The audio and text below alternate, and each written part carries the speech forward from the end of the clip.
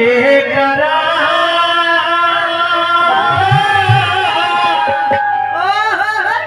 अरे कन्हैया जन्मे हो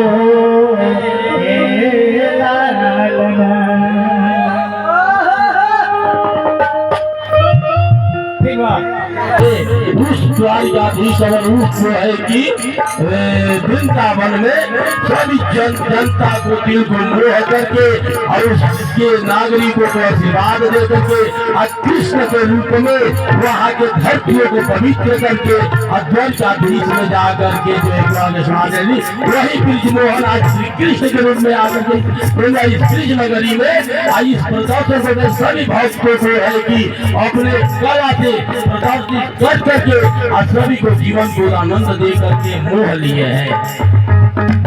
धन्यवाद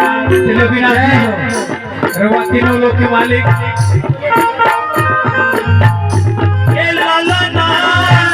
के कराही जाना में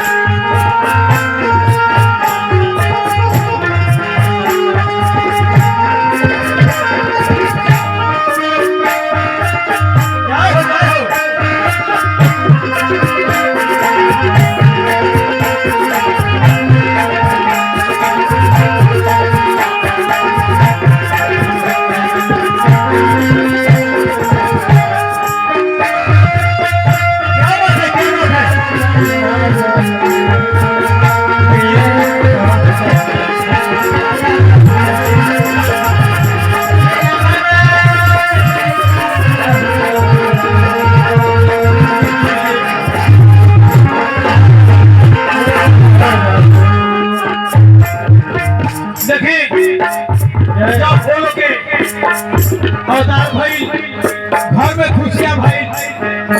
अब देखी जाना तने चंदन भाई देवता एक सवाल को ख्याल हमरा से ध्यान दे मेरी बात है 2 मिनट कि जब दिवाली के पूजा हो जाला साफ सफाई हो जाला दिवाली के पूजा हो जाला तो बिहानवा खा तो लीडर कहां घरवा में ढुक जाना।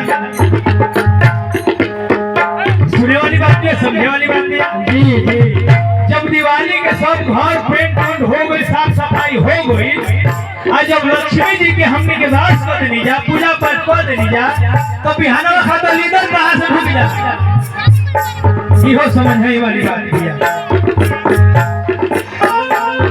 ए लाला ना के कराही जाना मेरा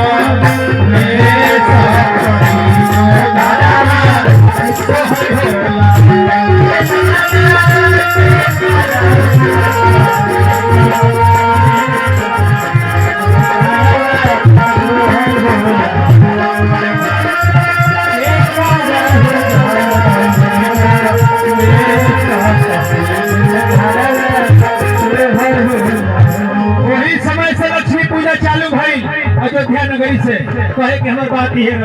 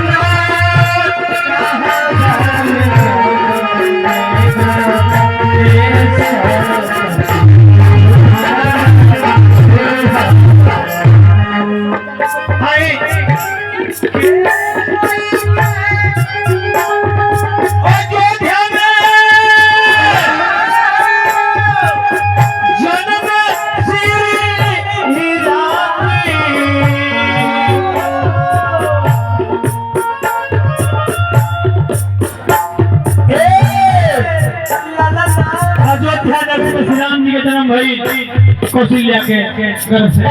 जी जी